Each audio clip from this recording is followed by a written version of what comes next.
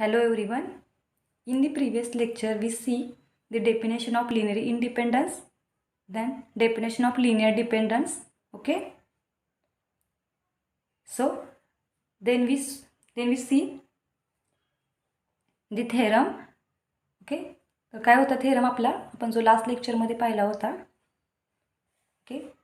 Two solutions of L of y is equals to y double dash plus a1y plus a2y is equals to 0 where a1 and a2 are constants are linearly independent on any interval I. Okay. म्हणजेच काय तर second order दिलेल्या second order differential इक्वेशनचे दोन solution म्हणजेच कोणते तर φ1x आणि φ2x ओके हे इंडिपेंडंट असतील हे आपल्याला दाखवायचं आहे. ओके. सो याचा फर्स्ट पार्ट आपण प्रूव्ह केला होता. ओके. तर त्याच्यामध्ये आपण काय पाहिलं होतं let R1 and R2 be two roots of characteristic polynomial. तर आपण कॅरेक्टरिस्टिक पॉलिनॉमियल फाइंड केली होती पहा थेरम फर्स्टमध्ये. ती काय होती p of r is equals to r square plus a1r plus a2 is equals to 0. Okay. So आपल्याला दोन रूट्स भेटतात कॅरेक्टरिस्टिक पॉलिनॉमियलसाठी R1 आणि R2. ओके. तर हे दोन रूट्स आपले कसे असू शकतात एकतर ते डिस्टिंक्ट असतील किंवा रिपीटेड असतील. ओके. सो आपण डिस्टिंक्ट रूटसाठी केस फर्स्ट पाहिली होती की तर ती आपण फर्स्ट मागच्या लेक्चरमध्ये आपण ती प्रूव्ह केलेली पहा. म्हणजेच काय जर दोन रूट्स डिस्टिंक्ट असतील म्हणजेच काय तर R1 is not equals to R2 तर आपण त्याचे सोल्युशन कसं लिहितो तर φ1x is equals to e raise to R1x and φ2x is equals to e raise to R2x. Okay. Then consider the linear combination which is c1 φ1x plus c2 φ2x is equals to 0 for all x in I. Then substitute e raised to r1x for φ1x and e raised to r2x for φ2x. Okay. तर आपण याच्यामध्ये ते substitute केलं. Next आपण काय केलं होतं त्याला e raised to minus r1x ने मल्टिप्लाय केलं तर काय होईल इथे तर ही टर्ममधून ही कॅन्सल होईल टर्म आणि फक्त आपल्याकडे c1 राहील plus c2 into e raise to r2 minus r1x is equals to 0. Okay. Next आपण काय केलं यात हे जे इक्वेशन भेटलं त्याला डिफरन्शिएट केलं with respect to x. Okay. Then आपल्याला काय भेटलं c2 into r2 minus r1 into e raise to r2 minus r1x is equals to 0. Okay.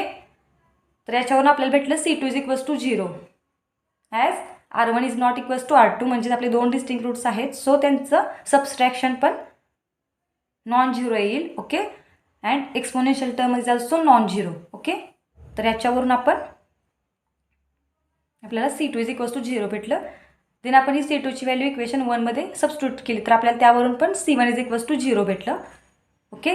म्हणजेच काय भेटलं जर आपल्याला c1 φ1x plus c2 φ2x equals to 0 तर याच्यावरून आपल्याला c1 आणि c2 0 भेटलं तर आपली लिनियर इंडिपेंडन्सची कंडिशन सॅटिस्फाय झाली. Okay. For all x in I then φ1x आपण काय म्हणणार φ1x आणि φ2x हे दोन लिनियरली इंडिपेंडेंट सोल्युशन्स आहेत. ओके. म्हणजेच काय e रेस टू r1x आणि e raise to r2x are two linearly independent on interval I. Okay. तर हा आपण केस फर्स्ट प्रिव्हियस लेक्चरमध्ये पाहिली होती. आता केस सेकंड पाहूया आपण. तर केस सेकंडमध्ये काय आहे आपलं तर आपल्याकडे रिपीटेड रूट्स आहेत पहा. रिपीटेड रूट्स म्हणजे काय तर r1 is equals to r2. Okay. तर त्या केसमध्ये आपले सोल्युशन्स कसे असतील φ1x is equals to e raise to r1x and φ2x is equals to x into e raise to r1x. Okay. तर आपण हे थेरम फर्स्ट किंवा सेकंडमध्ये पाहिले असतील सोल्युशन कसे असतील रिपीटेड रूट्स असतील तर. ओके. तर तिथूनच आपण घेतले तर φ1x काय येईल आपला e raise to r1x and φ2x काय येईल x into e raise to r1x. Okay. Are two solutions of L of y is equals to 0 आणि on an interval I. Next आपण काय करणार हे इक्वेशन कन्सिडर करणार c1 φ1x plus c2 φ2x is equals to 0.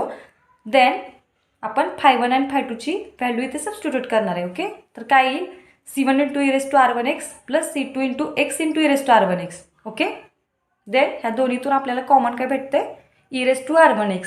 So ब्रॅकेटमध्ये काय राहील c1 plus c2x into e raise to r1x is equals to 0. Okay. Next काय येईल तर exponential term non-zero so this term is 0. What is that c1 plus c2x is equals to 0. Okay. Then आपण काय करणार आहे, equation सेकंडला आपण differentiate करणार आहे विथ रिस्पेक्ट टू एक्स. तर त्याच्यावरून C1 तर आपल्याला 0 भेटेल, कॉन्स्टंट आहे. नेक्स्ट C2xचं डेरिव्हेटिव्ह काय येईल, C2 which is equals to 0. So आपल्याला C2ची व्हॅल्यू 0 भेटली. देन काय करणार आहे आपण, C2ची व्हॅल्यू 0 जी आहे ती इक्वेशन सेकंडमध्ये पुट केली, तर त्याच्यावरून आपल्याला C1 पण 0 भेटते. तर अशा पद्धतीने आपल्याला C1 आणि C2 या दोन्ही व्हॅल्यूज 0 भेटतील. So phi1x is equals to e raised to r1x and phi2x is equals to x into e raised to r1x are linearly independent on I. Okay, तर हे आपल्याला दोन लिनियरली इंडिपेंडंट सोल्युशन भेटतील. Okay, म्हणजेच काय दाखवलं आपण, जर C1 phi1 plus C2 phi2 is equals to 0 असतील तर त्या केसमध्ये C1 आणि C2 हे दोन्ही कॉन्स्टंट्स 0 येतील. तर आपण दिलेले सोल्युशन्स हे लिनियरली इंडिपेंडंट आहे असं म्हणतो. ओके, तर त्याच्यावरून आपल्याला phi1x आणि phi2x हे दोन लिनियरली इंडिपेंडंट सोल्युशन भेटले. ओके, तर काय केलं पहा, आपण आणखी एकदा पाहूया. जर आपल्याकडे दोन रूट्स रिपीटेड असतील तर त्यासाठी आपण first e raised to r1x and second x into e raised to r1x हे दोन आपल्याला सोल्युशन भेटतील. देन आपण त्याचं हे इक्वेशन कन्सिडर केलं, C1 phi1x plus C2 phi2x is equals to 0. Then त्या व्हॅल्यूज आपण इथे सबस्टिट्यूट केल्या. काय येईल, C1 into e raised to r1x plus C2 into x into e raised to r1x is equals to 0. याच्यातून आपण e raised to r1x common काढले तर काय येईल ब्रॅकेटमध्ये C1 प्लस C2x. ओके, तर ही टर्म आपली नॉन झिरो असेल. सो ही टर्म आपण इज इक्वल्स टू 0 घेऊ, त्याला आपण इक्वेशन सेकंड म्हणलं. Then differentiate this equation with respect to x, we get C2 is equals to 0. Then आपण C2ची व्हॅल्यू जर ह्या इक्वेशनमध्ये पुट केली तर आपल्याला C1 पण 0 भेटेल. ओके, तर आपण C1 C2 दोन्ही व्हॅल्यू 0 भेटल्या. So phi1 and phi2 are two linearly independent solution भेटतील आपल्याला. ओके, ओके, तर हे झालं आपले लिनियरली इंडिपेंडंटचे प्रूफ. नेक्स्ट आपण काही एक्झाम्पल्स पाहणार आहे पहा. ओके, तर फर्स्ट एक्झाम्पल काय आहे, म्हणजे क्वेश्चन फर्स्ट काय आपला, determine following functions are linearly dependent और लिनियरली इंडिपेंडंट. ओके, तर आपल्याला फाइंड करायचं आहे दिलेले जे एक्झाम्पल्स आहेत ते लिनियरली इंडिपेंडंट किंवा डिपेंडंट आहे ते आपण पाहणार आहे. ओके, तर आपण फर्स्ट एक्झाम्पल पाहूया काय आहे. फर्स्ट एक्झाम्पल काय आहे, phi1x is equals to x and phi2x is equals to mod x. Okay, okay, तर आपण फर्स्ट काय करतो पहा, फर्स्ट काय करणार आपण, त्याचं linear combination is equals to 0 where C1 and C2 constant असतील. Okay, let C1 phi1x plus C2 phi2x is equals to 0 where consider होऊन येतं where C1 C2 are constants. Then आपण काय करणार, phi1 आणि phi2ची इथे व्हॅल्यू सबस्टिट्यूट करणार. तर त्याच्यावरून काय येईल, C1 into x plus C2 into mod x is equals to 0. Okay, तर हे आपल्याला त्याच्यावरून इक्वेशन भेटलं. नेक्स्ट आपल्याला मॉड एक्स आपण कसा डिफाईन करतो पाहूया. मॉड एक्स हा पॉझिटिव्ह कधी असेल तर x ग्रेटर दॅन 0साठी. ओके, आणि तो निगेटिव्ह कधी असेल तर x लेस दॅन 0साठी. x लेस दॅन 0 असेल तर मॉड एक्स आपण मायनस एक्स घेतो आणि x जर ग्रेटर दॅन 0 असेल तर मॉड एक्स हा प्लस एक्स असतो. ओके, तर आपण इथं आपल्याला दोन इक्वेशन भेटतील पहा, x ग्रेटर दॅन 0साठी आणि x लेस दॅन 0साठी. ओके, तर काय येईल, C1x plus C2x is equals to 0. याला फर्स्ट म्हणूया. आणि देन निगेटिव्हसाठी काय येईल, एक्स लेस दॅन 0 असेल तर C1x minus C2x is equals to 0. Okay, तर हे आपल्याला दोन इक्वेशन भेटले. तर आपण याच्यातून x कॉमन घेतला पहा फर्स्ट इक्वेशनमधून, तर काय येईल, which implies C1 plus C2 into x is equals to 0 and C1 minus C2 into x is equals to 0. Okay, तर आपला x तरी नॉन झिरो असणार आहे. सो आपला C1 plus C2 is equals to 0 भेटला आपल्याला. आणि second equation C1 minus C2 is equals to 0. की जर आपण हे दोन इक्वेशन सॉल्व केले,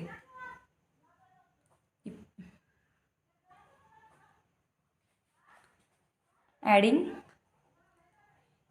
3 and 4, we get 2c1 is equals to 0, which implies c1 is equals to 0. Then substitute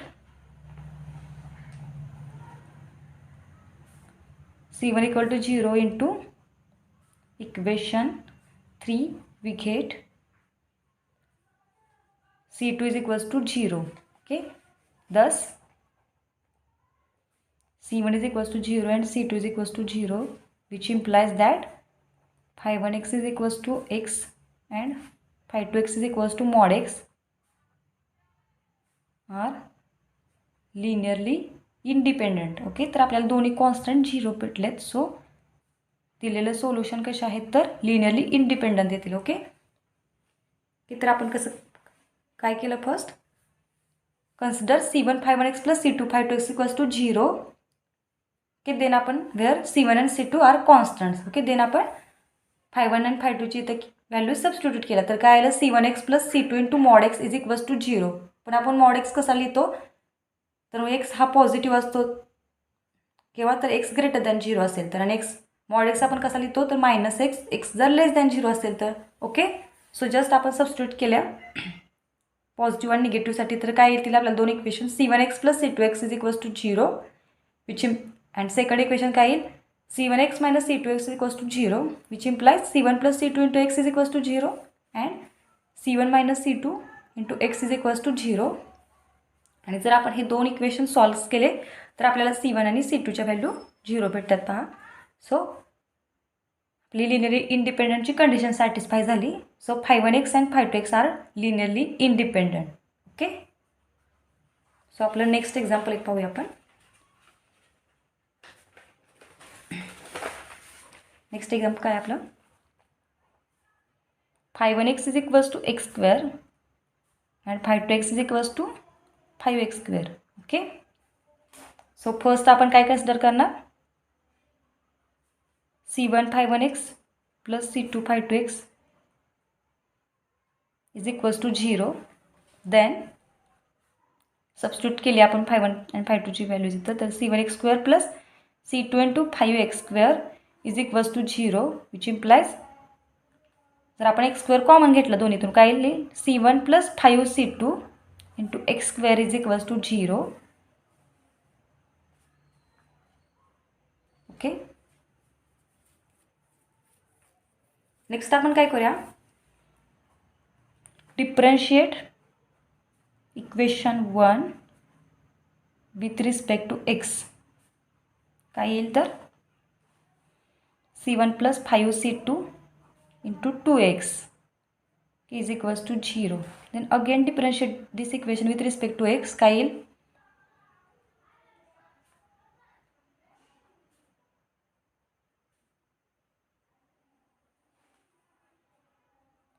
c1 plus 5c2 to 2 is equals to 0. काय आलं आपल्याला 2c1 is sorry 2 नाही ना, c1 is equals to -5c2. Okay, तर हे आपल्याला relation भेटलं पहा c1 आणि c2 मध्ये. म्हणजेच काय तर c1ची व्हॅल्यू आपली c2 वर डिपेंड राहिली आहे. ओके, म्हणजेच काय c1 is equals to -5c2 आहे. Okay, so this two solutions are linearly dependent येतील, कारण आपला एक कॉन्स्टंट दुसऱ्या कॉन्स्टंटवर डिपेंड आहे. Okay, so phi 1x is equals to x square and phi 2x is equals to 5x square are linearly dependent. Okay, तर हे आपल्याला दोन सोल्युशन कसे भेटले, लिनियरली डिपेंडंट भेटले पहा. ओके,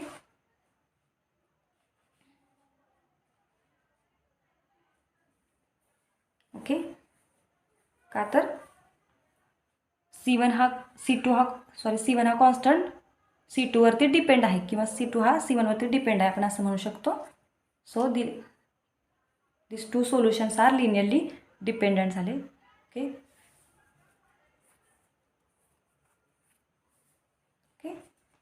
सो नेक्स्ट आपण एक एक्झाम्पल घेऊया. आपलं थर्ड एक्झाम्पल काय होतं, 5(1x) is equals to x into e raise to 2x mod x. Okay, 5(1x) is equals to x, 5(2x) is equals to e raise to काय आहे 2x and 5(3x) is equals to mod x आहे. तर हे आपल्याला linearly dependent किंवा independent आहे ते check करायचं आहे. Okay, so consider C1 5(1x) plus C2 5(2x) plus C3 5(3x)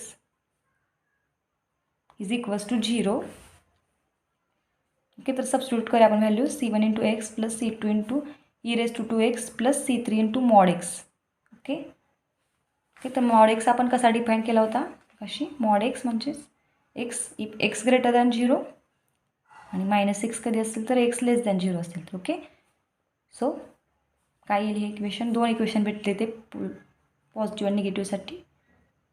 so C1x plus C2 into e raise to 2x plus C3x is equals to 0 and second C1x plus C2 into e raised to 2x minus C3x is equals to 0.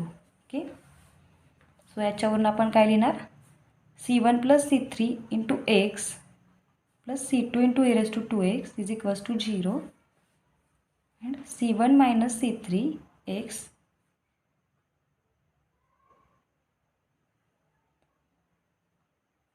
minus C3x plus C2 into e raised to 2x is equals to 0. Okay, तर आपण ह्या दोन इक्वेशनचं जर याला first and second म्हणू.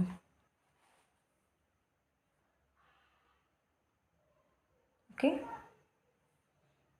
जर आपण ह्या दोन इक्वेशनची जर सबस्ट्रॅक्शन घेतली पहा तर काय येईल, सबस्ट्रॅक्शन घेतली तर आपल्याकडे काय होईल, C1 आणि C2चे टर्म्स निघून जाईल. ओके, म्हणजेच काय राहील आपल्याला फक्त 2C3 which implies that 2C3x is equals to 0 which implies C3 is equals to 0. Okay, तर याच्यावरून आपल्याला काय भेटला, C3 इज इक्वल्स टू 0.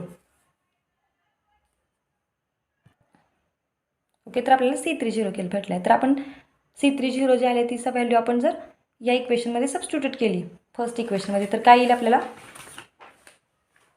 काय येईल आपल्याकडे C1x प्लस C3 आपला 0 आहे. सो आपल्याला फक्त काय राहील आपल्याकडे फक्त C2 into e raise to 2x is equals to 0.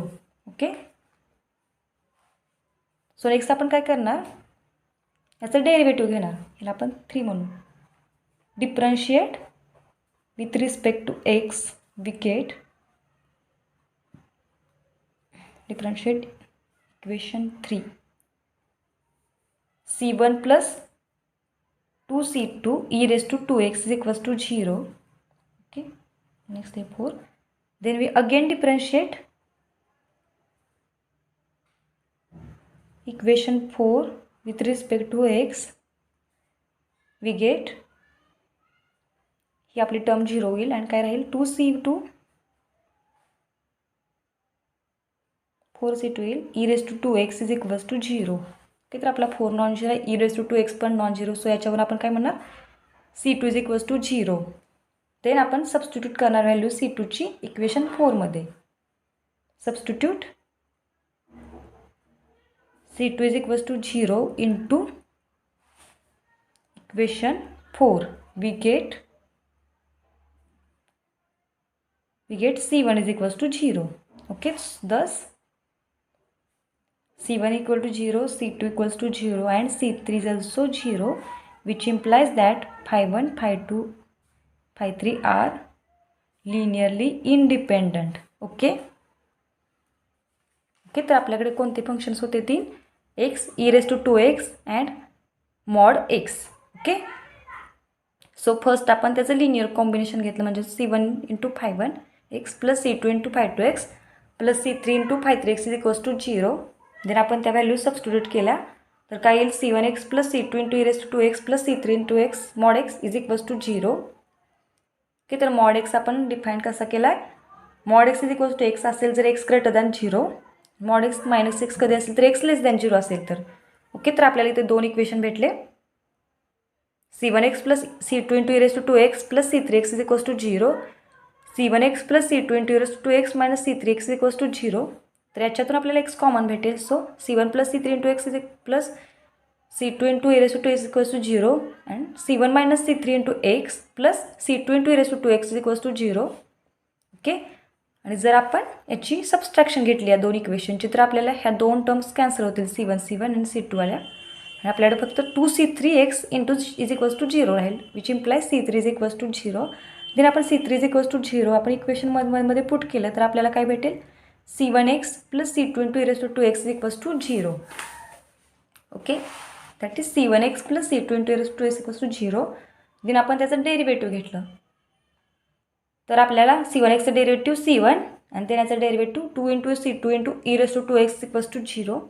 Then आपण अगेन डेरिव्हेटिव्ह घेतलं तर ही टर्म आपली 0 होईल आणि याचा डेरिव्हेटिव्ह काय येईल, 4 into C2 into e⁻² is equals to 0 which implies C2 is equals to 0. Then आपण C2 is equals to 0 substitute केला इक्वेशन 4मध्ये तर आपल्याला C1 पण 0 भेटेल. ओके, तर त्याच्यावर आपण C1 equals to 0, C2 is equals to 0 and C3 is also 0. Then Phi1, Phi2, Phi3 are linearly independent. Okay, तर हे आपण तीन एक्झाम्पल्स पाहिले. ओके, तर आपण नेक्स्ट डेफिनेशन पाहणार आहे. काय definition, Wronskian definition. Okay, which is very important to determine the functions are linearly dependent or linearly independent. ओके, तर आपण आत्ता एक वे सांगितला चेक करण्याचा लिनियर डिपेंडंट आहे की नाही. हा आणखी एक वे आपल्याला रॉन्स्कियन.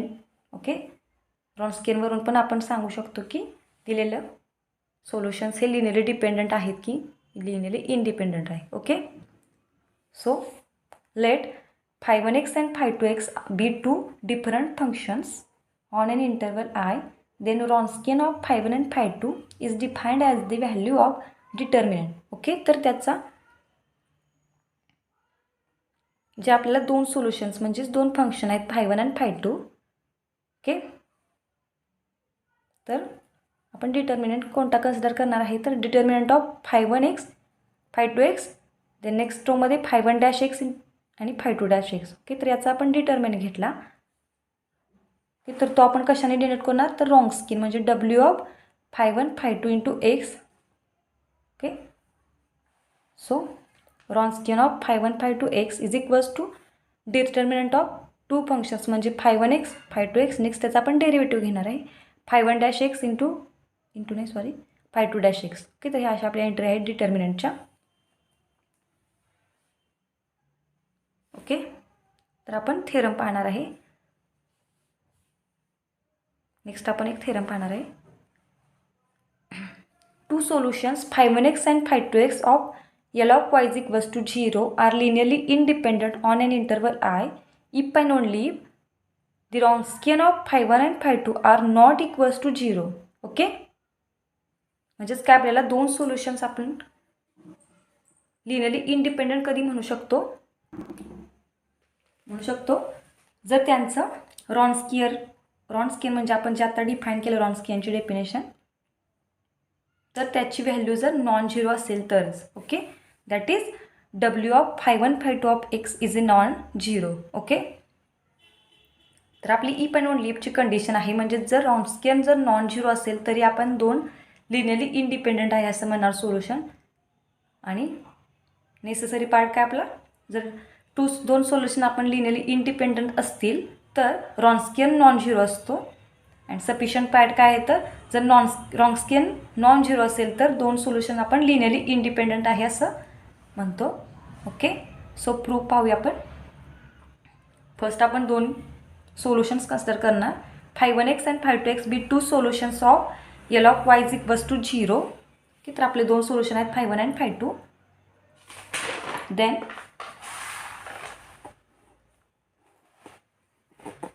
फर्स्ट आपण काय कन्सिडर करणार आहे let us assume that Wronskian of phi1 phi2 is a different from 0, that is non-zero. Okay, तर आपण फर्स्ट काय करणार आहे, काय अश्युम करणार आहे, तर Wronskian नॉन झिरो आहे आणि आपण दाखवणार काय आहे, तर phi1x and phi2x are two linearly independent आहे असं दाखवणार आहे. Okay, Wronskian different from 0, that is Wronskian of phi1 phi2 is a non-zero for all x in I. Then to show that phi1x and phi2x are linearly independent on an interval I. की तर आपण phi1 आणि phi2 linearly independent आहे असं दाखवणार आहे. की तर लिनियरली इंडिपेंडंट दाखवायचं असेल आपण फर्स्ट हे इक्वेशन कन्सिडर करणार. Let C1 and C2 be two constants such that C1 phi1x plus C2 phi2x is equals to 0. Okay okay, तर आपण फर्स्ट इक्वेशन कन्सिडर करणार आहे for all x in I. Then differentiate this equation with respect to x. We get, जर या इक्वेशनचं आपण differentiate केलं with respect to x तर काय येईल, C1 phi1 dash x plus C2 phi2 dash x is equals to 0 for all x in I. Next आपण काय करणार आहे, फिक्स एखाद्या फिक्स व्हॅल्यूसाठी एक्सचे आपण काय येईल आपलं हे दोन इक्वेशन काय होईल, दॅट इज आपण एक पॉईंट घेणार आहे एक्स नॉट.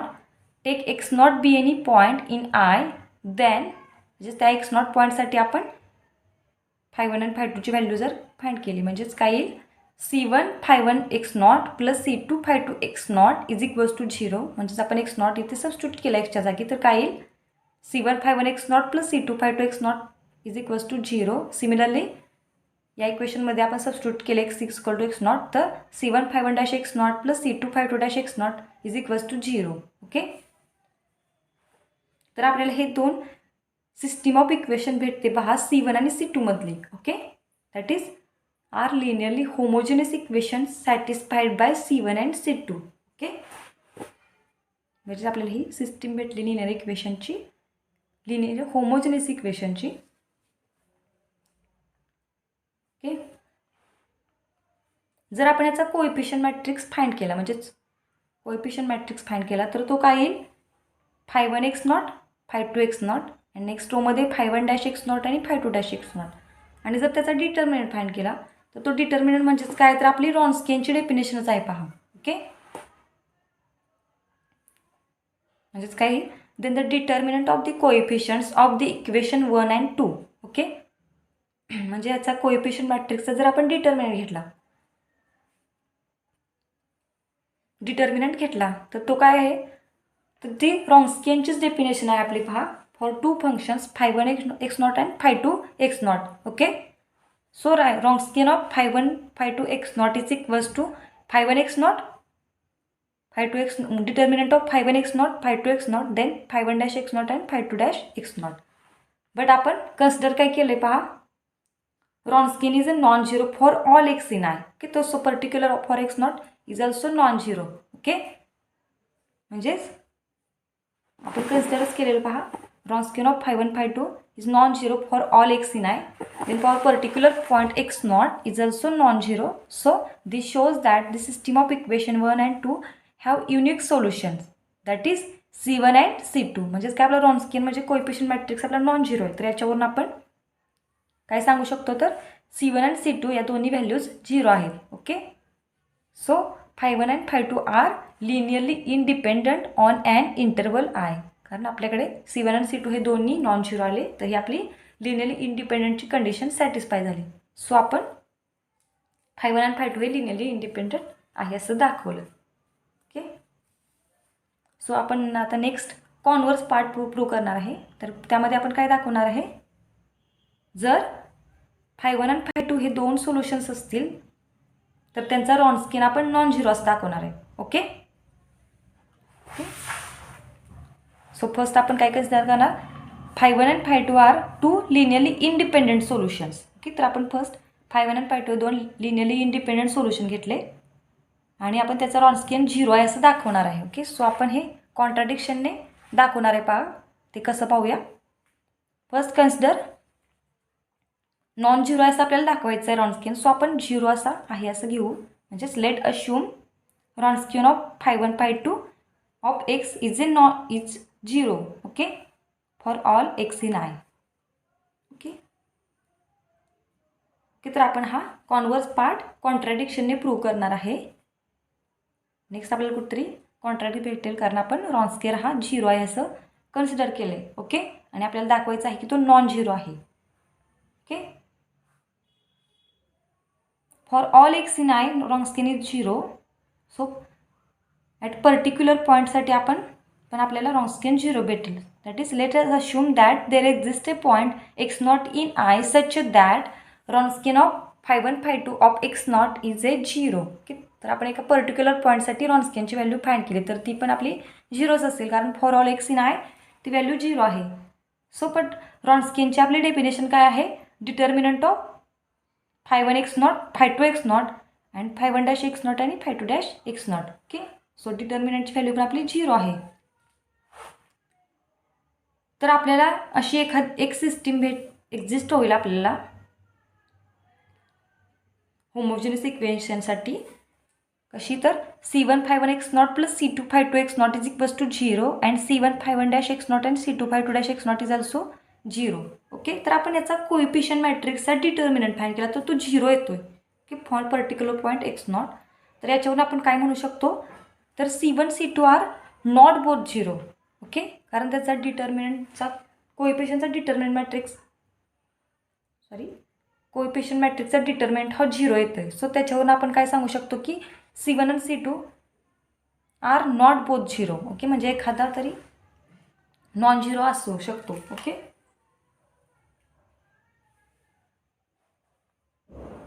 सो आपण त्या C1 C2च्या चॉईससाठी एक फंक्शन डिफाईन करणार आहे psi x. Okay, so for this choice of C1 and C2 define near function psi x. तर psi x आपण फंक्शन कसं घेणार आहे तर ते phi1 आणि phi2चे लिनियर कॉम्बिनेशन आहेत आणि C1 C2 आपण हे इथले कन्सिडर करणार आहेत. So psi x is equals to C1 phi1 x plus C2 phi2 x where C1 and C2 are constant but not both 0. Okay, where C1 and C2 not both 0. की जर आपण त्याच्यावर आपला लिनियर ऑपरेट केला. Okay, तर काय येईल? L of psi of x is equals to L of C1 phi1 x plus C2 phi2 x. Then आपण जर C1 कॉन्स्टंट बाहेर घेतला ऑपरेटरच्या तर C1 into L of phi1 x plus C2 into L of phi2 x राहील. पण आपले phi1 आणि phi2 दोन सोल्युशन आहेत डिफरन्शियल इक्वेशनचे. तर हे दोन सोल्युशन ते इक्वेशन सॅटिस्फाय करतात. सो त्यांचं सोल्युशन 0 येतं. That is L of phi1 is also 0 and L of phi2 is also 0. So C1 into 0 plus C2 into 0 आपल्याला 0 भेटलं. ओके, देन आपण x is equals to x नॉटसाठी याची value find केली तर ती काय येईल? Psi of x naught is equals to C1 phi1 x not plus C2 phi2 x naught. Okay,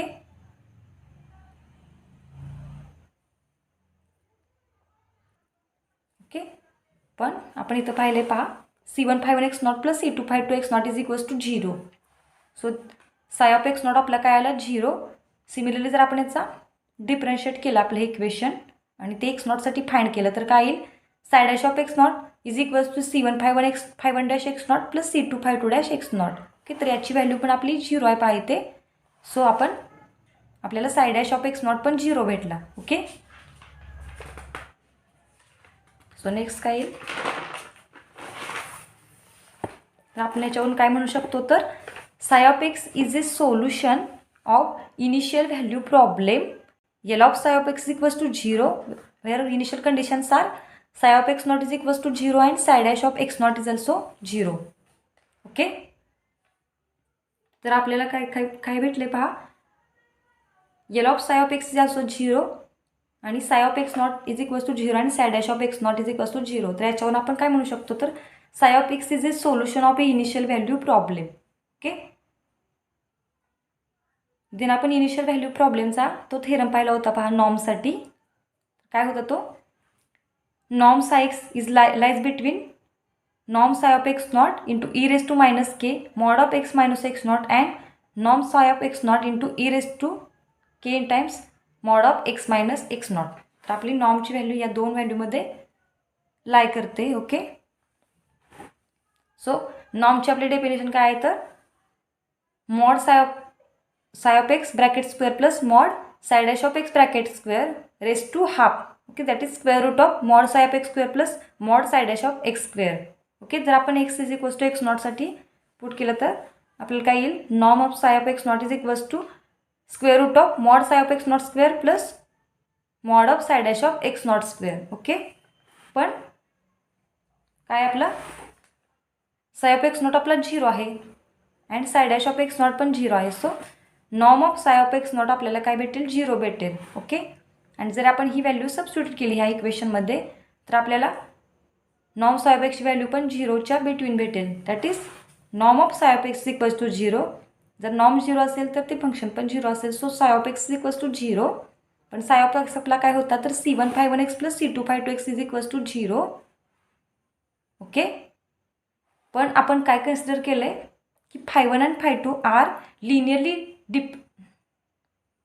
independent on I.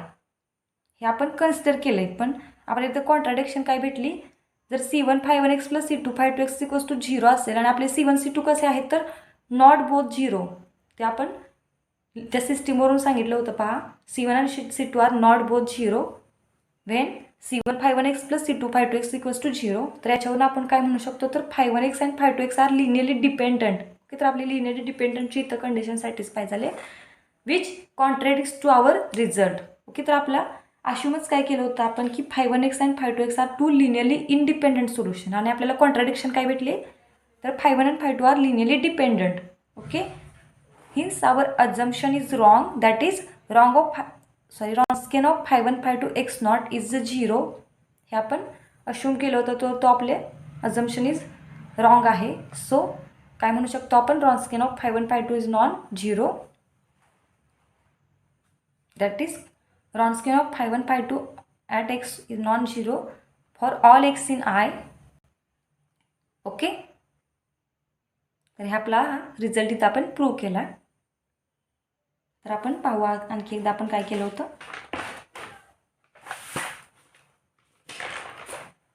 Theorem काय होता आपला, जर आपले दोन सोल्युशन φ1 आणि φ2 लिनियरली इंडिपेंडंट असतील तर त्यांचं रॉन्स्कियन 0 येतं. आणि जर रॉन्स्कियन 0 असेल तर ते दोन सोल्युशन आपण लिनियरली इंडिपेंडंट आहे असं म्हणू शकतो. ओके, सो आपण प्रूफ पाहू. आपण काय केलं होतं, फर्स्ट आपण दोन सोल्युशन घेतले φ1 आणि φ2. ओके, नेक्स्ट काय केलं आपण, फर्स्ट आपण काय केलं, रॉन्स्कियनची व्हॅल्यू नॉन 0 आहे असं आपण कन्सिडर केलं. Okay, that is Wronskian of φ1 φ2 is a non 0 for all x in I. आणि आपण काय दाखवणार आहे, φ1 आणि φ2 हे दोन लिनियरली इंडिपेंडंट आहे दाखवणार आहे. ओके,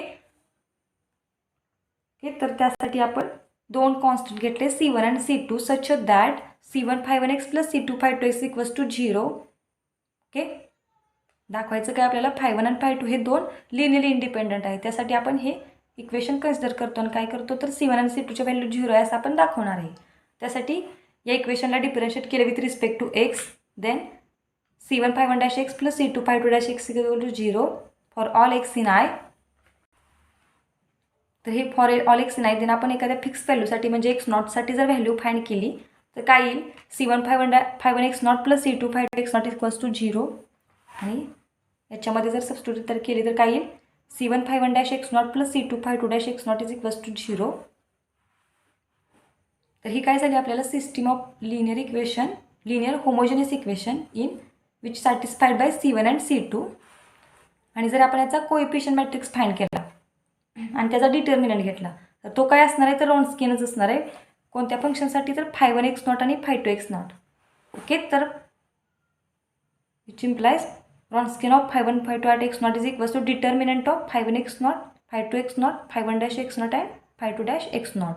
ओके, तर हा नॉन 0 येईल का, तर आपण कन्सिडरच केलं आहे की Wronskian of φ1 φ2 is non 0 for all x in I. So याच्यावरून आपल्याला रॉन्स्कियनची व्हॅल्यू ॲट एक्स नॉट पण नॉन 0 भेटली. So this system of linear equations have unique solutions which are given by C1 and C2 are 0. Okay, तर आपला coefficient मॅट्रिक्सचा determinant आपला non zero आले, तर याच्यासाठी आपल्याला सोल्युशन्स कोणते भेटतील, तर C1 is equals to 0 and C2 is equals to 0.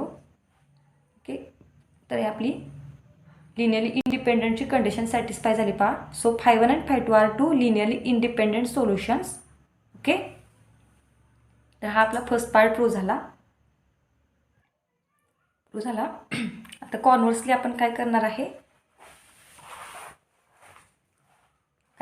तर φ1 आणि φ2 हे आपण दोन लिनियरली इंडिपेंडंट सोल्युशन्स घेणार आहे आणि त्याचा रॉन्स्कियन आपण नॉन झिरो असं दाखवणार आहे. ओके, पण हा पार्ट आपण कॉन्ट्राडिक्शनने प्रूव्ह करणार आहे पहा. त्यासाठी आपण अशुम काय करणार आहे, let Wronskian of φ1 φ2 at x is equals to 0. Okay, आणि आपल्याला कॉन्ट्राडिक्शन भेटेल ह्यासाठी कुठेतरी for all x in I. Okay, तर आपल्याला रॉन्स्कियन 0 आहे for all x in I. Then आपण पर्टिक्युलर पॉईंटसाठी घेतलं x नॉटसाठी, तर ते काय येईल, ते पण 0 असेल. That is Wronskian of φ1 φ2 at x naught is equals to 0.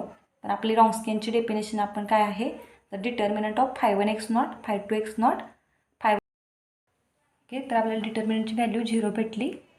Okay, so determinant 0 भेटला म्हणजेच काय, it means that there exist a system of homogeneous equations.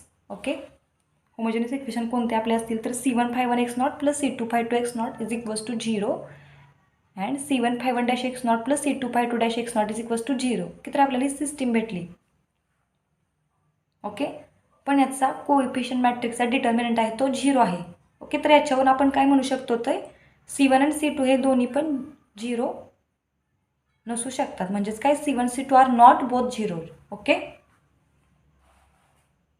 म्हणजेच काय, एकतरी आपला कॉन्स्टंट हा नॉन झिरो असेल. Okay, so for this choice of C1 and C2 defined a function psi of x is equals to C1 φ1 x plus C2 φ2 x. Okay, where C1 C2 आपले कसे आहेत, तर नॉट बोथ 0. ओके, देन आपण त्याचा linear operator apply करा या सोल्युशनवरती, तर काय येईल, L of psi of x is equals to L of C1 φ1 x plus C2 φ2 x. Then जर आपण कॉन्स्टंट बाहेर घेतला तर काय येईल, C1 of L of φ1 x plus C2 L of φ2 x which is equals to C1 into, कारण हे आपलं φ1 आणि φ2 आपले दोन सोल्युशन आहेत. So C1 into 0 plus C2 into 0 is equals to 0 आला आपल्याला. देन आपण साय ऑफ एक्सची व्हॅल्यू जर पर्टिक्युलर पॉईंटसाठी आपण फाइंड केली, म्हणजेच एक्स नॉटसाठी, तर काय येईल, psi of x naught is equals to C1 φ1 x not plus C2 φ2 x not.